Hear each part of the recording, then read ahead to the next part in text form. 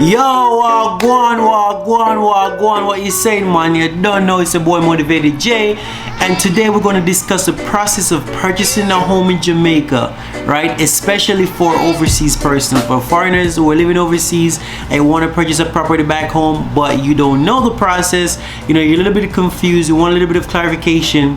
Guess what? I'm here to help you with that today, because when I was going through the process, I was a little bit confused. But you know, I found someone, which is my realtor. We're going to talk about her earlier, right? She definitely made the process extremely easy as possible, right? But before you get started in processing a property in Jamaica, you're going to need some prereq per se, right? The first and foremost thing that you're going to need a TRN, right? That's going to be the taxpayer's registration number, right? And you can find that on this Jamaica. It's right here. It's right here. That's where you're going to find it, right?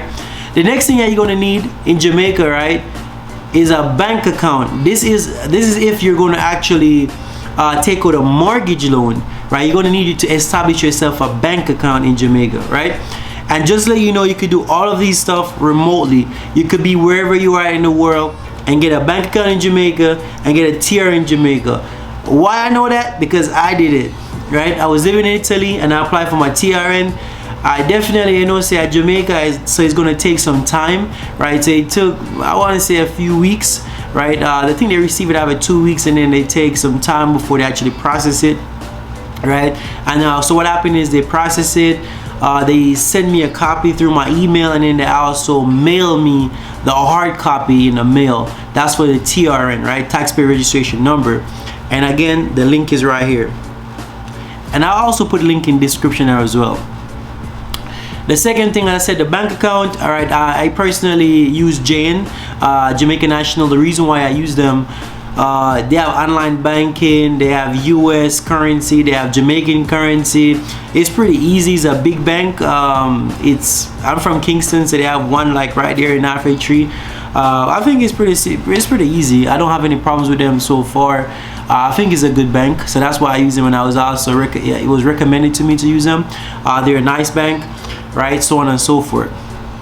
So this is next thing that you're gonna do. So yeah, you want to solicit the expertise of a reputable real estate agent such as Michelle Smith from CD Alexander Company Limited, right? That's my realtor, Michelle Smith. She's amazing, trust me. Like, she's really amazing. Like, when I say she's amazing, like, she's really amazing.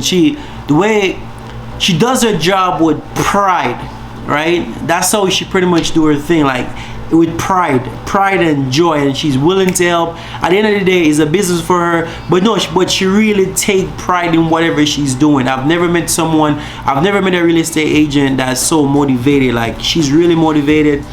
I mean, a realtor, she's really motivated. She is. I mean, I text her because first and foremost, we have a big time difference, right? When I was living in Italy, we had 1 time difference. When I moved to Asia, we had 1 time difference. And she's always responsive. She always gonna get back to you, right? Whatever you want, you tell her, she find it.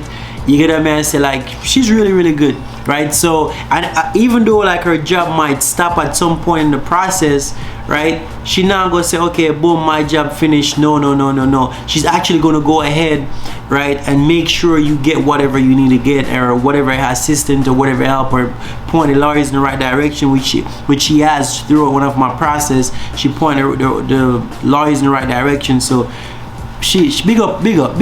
So again, CD Alexander Limited Company Limited.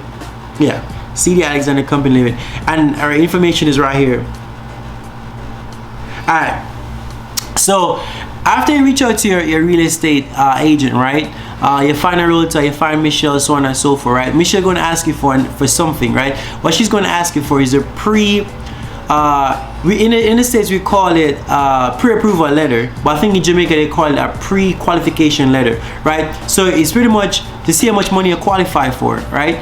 Because you don't want to waste your time, or you don't want to waste her time, or you don't want to waste nobody's time. So at the end of the day, but if you have your cash, let's just say you have your cash set in stone, that you don't need to use the loan, that you don't want to use in the bank, right? You don't need to do that part, right? All you have to do is just provide your bank statement, which we're going to touch on a little bit later on, right? But at the end of the day, if you're going to use a loan, what you're gonna need to do is go ahead and get a pre-approval letter, a pre-qualification letter from your bank. So in this situation, when I was purchasing my apartment in Jamaica, I did use mortgage loan on that one, right? When I was purchasing my apartment in Kingston, right? Because it's pretty pricey, you know. Just like as what my brother would say, but I like get to you that try, is it me? So I'm just like get to you. I mean, I get to you, but I like get to you that try. I think, is it me? So when I really have 20 million like that, is it me? So I have to go to the bank, right, and get a loan, right? So boom, so they gave me the pre-approval letter. I think it has like a 90-day expiration, but I already found what I want. Michelle, right? Because when I link up with her, right, I explained to her that, hey, I'm looking for this, and that. So she has a client that was about to sell his apartment, right? That says, okay, boom, he wants X, Y, and Z. And knowing me, anybody that knows me, I never pay sticker price. I always negotiate whatever I'm buying, wherever, right? So I negotiated on the price. You know, he took off something, right? I negotiated all the furniture as well in the apartment, so it was a pretty good deal, right? And then we started the process, right? So with that being said, I gave her the pre-approval letter, so on and so forth, right? So boom. So now you have a pre-approval letter, right? Our pre-qualification is what they call in Jamaica, right? So you have your realtor, right? So now you have to look for different properties. So the reason why that pre-qualification letter is so important again, right? Let's just say you see a house for 40 million, right? No apartment does have 40 million. Jamaica is crazy expensive, right? If you can buy somewhere in Jamaica now, do it. But let's just say no, you find somewhere for like 40 million, and your pre-qual letter is only 20 million. You know you're gonna have to have that difference to pay, right? So that's why it's very important to have a pre-qualification letter, because if the house is 40 million but the bank is only giving you 20 million, you better have 20 million in your bank account to pay to make it equal to 40. Actually, you better have more, because when the lawyer fees and all the other fees, which I'm going to touch on, you better have that stuff, right? So that's why the pre-approval letter, pre-qualification letter is very, very important in this situation. So now the real estate agent, the realtor, know what you're working with. You know what you're work with, right? You know what bracket, what you look for, so on and so forth. So boom. So now you found that dream home, you found that dream apartment, you found that dream lot, whatever you find, right? Which could be a commercial, whatever you find, right? So now it's time to submit an offer, right? So you see they like it, you know, your real estate agent, you know, show it to you, like it, so you're gonna submit an offer. Your realtor will go ahead and create that paperwork for you and submit the offer on the property, right? From my personal experience, even if you have the highest offer, you might not get that property. You understand what I'm saying? And on one of the properties, I would believe it was in Cherry Garden, they were asking for like 27 million, and I offered 29 million. 2 million and over the asking price. They denied me, bruv. Big mad thing. They denied me. So what this taught me is that, like, sometimes, okay, perfect, I was working with a different realtor at the time. So when I met Michelle, I asked her, like, why would they do such thing? Because I kept, so it took me, so I kind of strayed from the point. So it took me over a year to actually purchase a property in Jamaica, because I keep finding properties, I keep making offers, and they're always getting denied. I really don't know why. But when I found Michelle, she explained to me that sometimes when they're overseas, local sellers don't like working with overseas buyers. Sometimes that's what she explained to me. Sometimes, because it takes a long time. To be honest, I have the time frame what it's going to take you. It takes a long time, like months, right? So that's why I believe I wasn't getting anything. So what I started doing, the more I get denied for a particular offer, is the more I up that offer. You understand what I'm saying? So I kept like, okay, I get denied this time, I'm add an extra 200,000. Okay, never I get it, so I had an extra 500,000. I still didn't get it, so that's why I started going in the millions. So it reached the one point, as I said before, there was a nice townhouse in Cherry Garden. I definitely need a little bit of renovation. I had an extra 2 million, and I still didn't get it. So it just, I mean, I don't know, I probably wasn't meant to be, right? But nonetheless, so after you submit your offer, right, you have to start, you know, with your documentations, right? So that's now you start prepare documentations. So now I need your proof of funds, right? They need to know where your money are come from. Even if you have the money cash or you're going to take out a loan, they need to know where that money is coming from. You understand what I'm saying? Especially in this day and age where, you know, you have all the choppers them and so on and so forth. You need to prove where that funding is coming from. So therefore, you have to submit, like me personally, I had to submit something from work.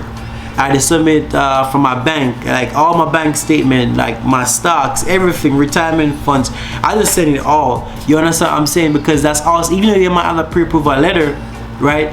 Your proof of funds still going to help the bank to determine if you're really truly qualified, because now they're actually going to give you that loan. You understand what I'm saying? So there is something called the POCA form, right? It's like getting to know your customer. So you're also going to fill out that as well, right? Through the real estate agent, right? And again, offer to purchase. And then last but not least, is going to be the letter of undertaking. The letter of undertaking is pretty much like a contract between you and the bank. The bank can say, okay, yes, I will give you that loan, right, to purchase that house. So the bank, they're the ones that are going to go ahead and deal with the letter of undertaking. And just to explain my process personally, I was in Italy doing all of this, right? So I didn't go to Jamaica or anything. So when I was looking at the apartment, I was with my friend. Right, I had a really good friend of mine who was living in Jamaica at the time. Right, he was the one that's going to the apartment, that was checking everything, and you know, I him say, yo, you know, open this, open that, you know, check the wood, check every single thing, make sure everything was good to go, the tile, and the apartment wasn't like in a great condition actually. So yes, so it really helps. We have someone on the ground, right, where pretty much I go through all these different things for you, run up and down with the realtor, so on and so forth. It really helps. But again, the realtor can do it for you, but it really helps to have someone else doing it as well.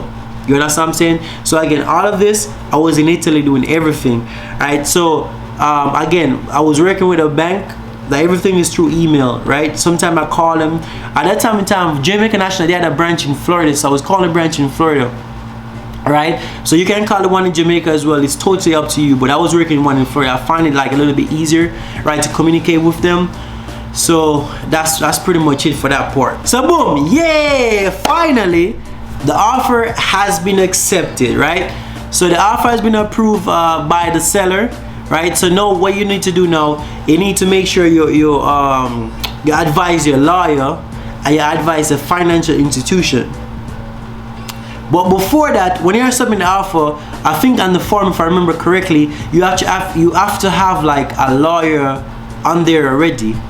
I'm trying to think, it's been a little bit, right? I'm sorry, right? So you have to have like a lawyer already.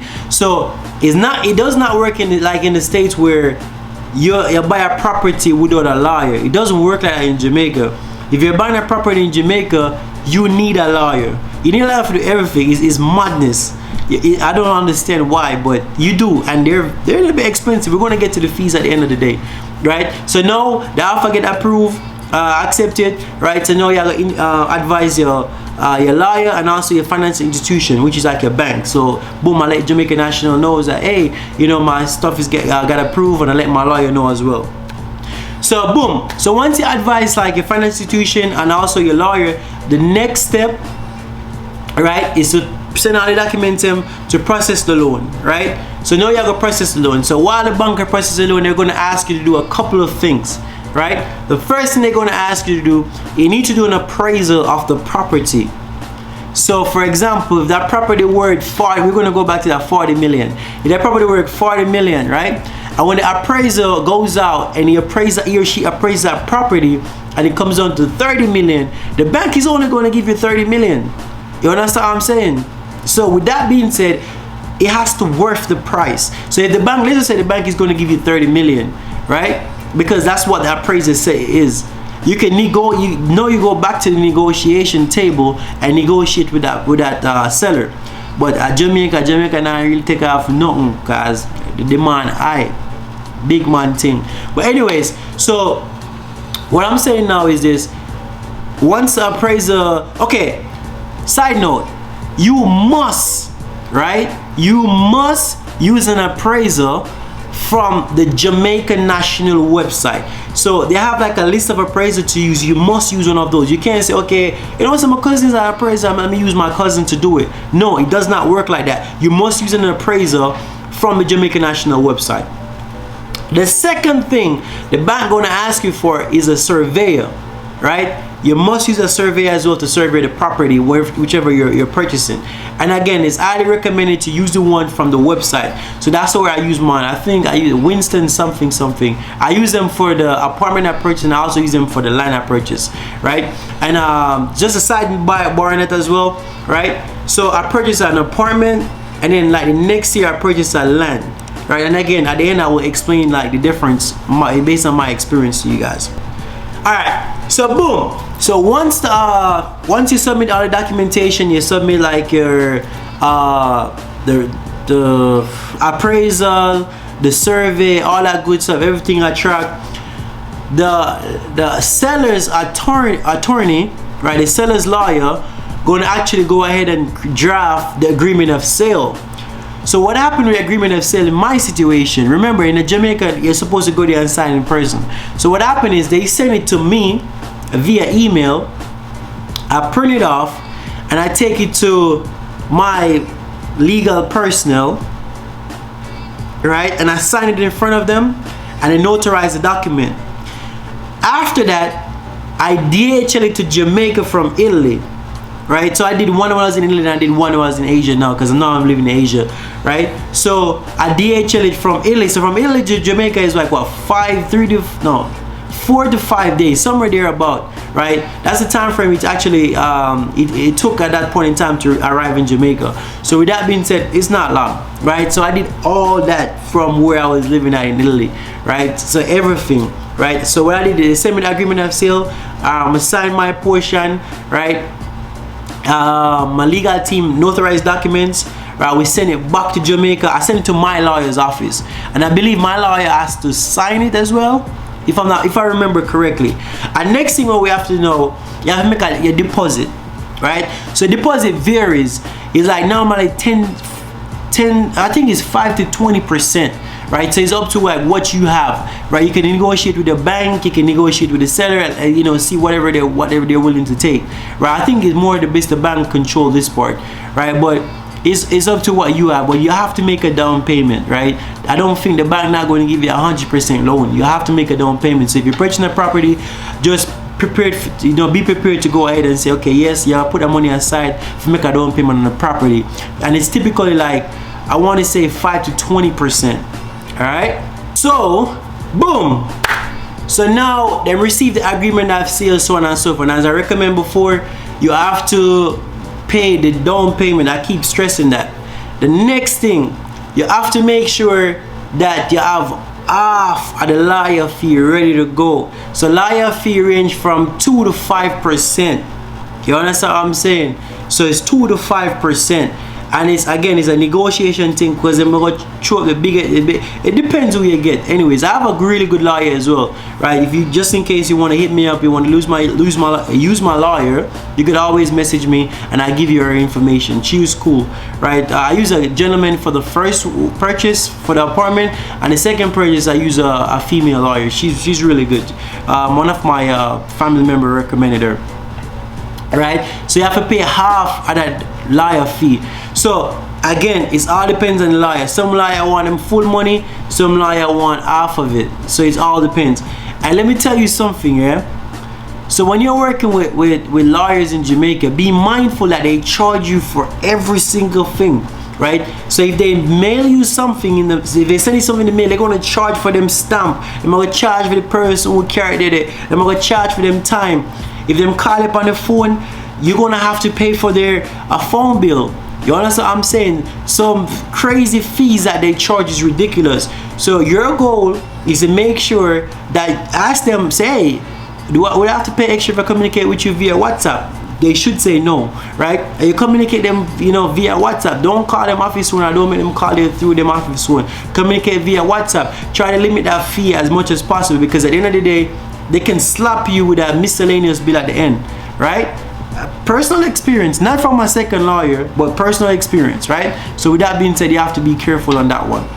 So boom, let's touch on some fees now. Fees, we want to talk about fees. So I took notes, and now I have to look at these fees. So the realtor fee is like 5%, right? And normally the seller pay that realtor fee, so you don't have anything to do with the realtor fee and that one. The sellers pay for that. The seller pay for that one, right? Next thing, stamp duty. The stamp duty is 5,000 Jamaican dollars. $2,500 is paid by the seller, and 2,500 is paid by the buyer, right? 2,500 Jamaican dollars. That's like probably what, $20 or 15 quid, I don't know, you know. All right, next thing, the transfer of tax, the 2% of the purchase price, and is paid by the seller. Again, the transfer of tax, that is paid by the seller, which is 2% of the purchase price. One thing on the tax, make sure, I mean, this is a lawyer's job, this is lawyer responsibility. Make sure that the land or the property or whatever you're purchasing, make sure the tax is cleared, right? That's, again, that's your lawyer's job, but just make sure that it's clear. It should be cleared, right? They're supposed to check that, right, before you get that property there. Everything's supposed to check off. Like, please remember, there's a reason why I'm telling you guys this, right? The next thing is the registration fee. This is a 0.5%, and that is split between the buyer and the seller. Registration fee. In case of an unregistered land, a nominal recording fee is required, right? And again, touch on the lawyer's fees are 2 to 5%. So those are the fees that you're pretty much going to pay. And again, you send everything, your deposit for the property, you send everything to your lawyer, right? You don't send anything to the seller. Most of the time, you're probably not going to know who the seller is. Like, just like if you purchase a land in the States, right? So boom. So now we're going to talk about, you know, the time frame, right? The wait game. Finally find a property, now you have to wait, right? So we're going to start with the apartment. So I made an offer on an apartment September 2020. So I started September 2020, right? And I got the keys May 2021.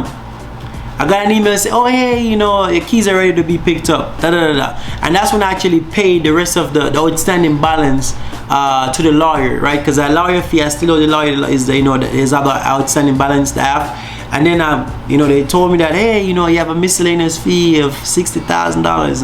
I'm like, oh, what? But anyways, I don't want to get into that, you know what I'm saying? But long story short, that's 8 months, right? From September to May, that's 8 months. So once I got the key, you know, so once you get the keys, right, you're gonna get a lot of paperwork. So you only use those paperwork to get your light on. The water should already be on already, because once you get the property, you're not going to turn off the water. So the water should already be on. All you have to do is just transfer, right, the name, right? So the seller name to your name for the water. But you know you're going to have the paperwork to get your light, your internet, your cable, so on and so forth, to get the apartment up and running, right? For whatever you want to do with it. And that's what I'm saying. So once we get mine, I guess what? You can do everything from your yard. Yes. I turned on my electricity from my house in Italy, right? I did everything in Italy, right? Everything. So, and I like where Jamaica is going with this one, right? They're making it so that you don't have to go stand up in a long line. It's perfect. You can do everything from your yard. You can open your bank account from your yard. You can buy a house from your house. Right? You can turn on all the utilities from your house. I did it for JPS. I turned on my light from JPS. I did it for Digicel as well, for the, you know, cable and internet. I did everything from my house, like, so it was brilliant. For Digicel though, they're gonna need someone to get inside. They're gonna need to get inside of your house. So I had someone, you know, go to buy the property and get inside of it, so on and so forth, right? And then when I went back to Jamaica, right, so I was in Italy still, so I went to Jamaica in the summer time frame, if I'm not mistaken. That's when, you know, I did the final touches and make it the way I wanted it. I changed the color and I did a lot of work, to be honest with you. All right. So for the land that I purchased now, so I purchased the apartment on a loan, and on the land I purchased cash. And I have a video, the aqueduct video. Check it out right here. All right. So the aqueduct video, that's the land I purchased, right? I purchased that one cash, as I said before, and that process took. So I started the process in March 21, right? I just want to show you something, yeah? I started the process in March 21. They asked me to make the payment because I wasn't going to the bank or anything. So again, you send the money to your lawyer. So I sent the money to my lawyer in August, right? And then I got the title in my hand. I actually went to Jamaica. It's so convenient. I was in Jamaica when my lawyer messaged me and said, hey, the land title is ready to be picked up. and that was in March of 22.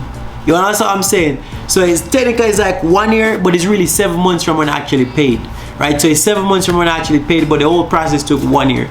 So may I tell you, it's a really long process, and I think that they should really, the government of Jamaica really need to work on this one, and to get it explained a little bit, at least 45 days. I believe if you Google it, they're gonna say something like 45 days, but nah, it did not. When I bought my last house in the States in February, no. It was February of this year. The whole process took like 45 days. Like they're about 40 to 45 days. So in Jamaica, it's like, it take too long. Everything take too long. All right, lessons learned. Lessons learned for me personally, is make sure you have a really good lawyer. You need a good lawyer. You need a good realtor, as what I'm gonna say before. Michelle, right? Michelle Smith, she's really good, right? Because if you have a bad realtor and then them inexperienced, they don't really know them to look for. They don't really have much listing. You need somebody where you know a lot of people as well. So when you have like a lawyer that knows everybody, that knows a lot of people in Jamaica, right? If someone is leaving and migrating and say, okay, boom, they need to sell their property, she can reach out to you first and say, hey, I have this opportunity, before it gets posted. Because the moment it gets posted, like a Coldwell Banker or the other websites, I don't remember all of them, right? The property's already gone. Like, and I don't understand why them even bother posting it. Because most of the time you see new, right? And then the property gets posted and you see new, right? And then by the time you reach out to your realtor, your realtor get back to you, the realtor gonna say, hey, that property is not available, it's under contract. So I'm like, how so fast? So that's why it's very important to have like a really good realtor that's really experienced, that's going to point you right direction, right? That's really connected, that's going to say, okay, boom, I have this property right now, I'm thinking about it for you, right? So that was one thing. So that was big lesson learned for me. Again, you really need a good lawyer. Not a big thing for me. You need someone in Jamaica to run around, like really and truly, right? You need somebody in Jamaica that you really trust, that could go ahead and look at a property for you and say, okay, yeah, that property looks good, the board, the cabinets, the this, the that, these things looks good, there's no leakage, you need somebody on ground to do all those stuff for you. All right, but again, you can organize it different ways, but you really need it. With the surveyor and the appraisal, as I said before, you have to go ahead and coordinate that through Jane. You have to get the person from the Jane list, right? And then you can call them and you coordinate that. So I did that by myself, so that was cool as well. But if you need the property to be open, you coordinate with a realtor as well, right? So you see how that works. You coordinate the realtor to get the property open, so whenever the appraiser goes to that property, they can get inside. So again, it's all a coordination piece, right? It takes time, but at the end of the day, it's good. One key information I left out is that they're going to need your credit score. So I did not know that Jamaica run your credit. So they did run my credit when I was trying to get a loan in Jamaica. But I didn't have anything. I left Jamaica when I was 15 years old, so I didn't have anything whatsoever on my credit. So it was good. That's all they wanted to see. They wanted to see if you had any outstanding loan or any outstanding debt, right? Before they go ahead and process that loan. So I was clear. I was good to go. The only thing I owned in Jamaica, but when I was leaving, is a bank account, right? That was the only thing I owned for myself, like in my name, at that point in time. So they're going to run a credit. So for example, if you're living overseas right now, let's just say you migrated when you're like 30 and you did borrow some money for buy something at Courts, right? And you think say, okay, Courts now go find it because you migrate, you move your address, so no bailiff now come and you're gone. I know you want to buy a house in Jamaica. Guess what? You're gonna have to pay that money before you get a loan. Big man thing, yeah? You have to pay that money. Alright, so that's what I want to let you know. You're still gonna have to pay that money. So with that being said, make sure you clear your debt, and that's just the right way to live, right? Just like if you're in the States or wherever you are in England or wherever, if you take something, make sure you pay it back. You understand what I'm saying? You took a loan and something, pay it back, man. Because at the end of the day, you never know when you're gonna need something and you're trying to get something from them. You understand what I'm saying? That's my philosophy in life. I ain't even borrowing money from banks to buy a house, but at the end of the day, it's best to use somebody else's money, right? I can't tell you what I'm doing in my apartment right here, but it's best to use somebody else's money to pay for whatever you need to get done. You understand what I'm saying? It's not really wise to use your own money to do nothing, but at the end of the day, if you borrow something, make sure you pay it back. And that's pretty much it. Let me know if you have any questions in the comment, right? I will try my very best to, you know, answer those questions, right? I think I'm pretty good at that, right? But I feel like I pretty much hit the wickets, so on and so forth, right? We talk about the requirements, we talk about the legal process, we talk about the realtor, the fees, the this, the that. Yeah, I feel like I do a good job, right? It might be a little bit long, but more information is always better. It's just my personal, you know, opinion. But at the end of the day, please like my video, share my video, subscribe to my video, and tune in again. Big man thing. But for real though, with a like, share, and subscribe, I'm gonna try and push out a little bit more content. I've been busy with work, so on and so forth, no excuse. But I'm gonna try my very best to push out more videos on a weekly basis. Especially if you guys like these housing videos, just let me know. I could explain more stuff. I could break it down more about the apartment situation or the land situation, you know, the realtor situation or other situation. I could break it down more. Just let me know in the comment, and I'll definitely do that as well. Oh, last but not least, before we go away, a lot of people ask about the land, if any more lots available in Aqueduct. No. So I saw that listing in, like, I want to say in March, and by April, May, it was, I think it's 100 and something lots. That's it. Finito, basta. You know, it was finished. You know, so with that being said, now no more lots are available. I would never sell mine, so please don't ask me. Just kidding. All right, I believe real estate in Jamaica, it's something that we all should invest in, man. We all should invest in real estate, like for real, because the way things are work now, Jamaica is like a small island, right? And everybody want to go Jamaica, go party. Everybody want to go Jamaica, go have fun. You know, everyone want to go Jamaica, retire, right? The people in England retire. I have family that left England, moving to Jamaica. So with that being said, why not get it now? Like, it's a little bit, it might sound expensive now. Alright, boom, I'll show you something, yeah? I remember when I was living in Japan, right?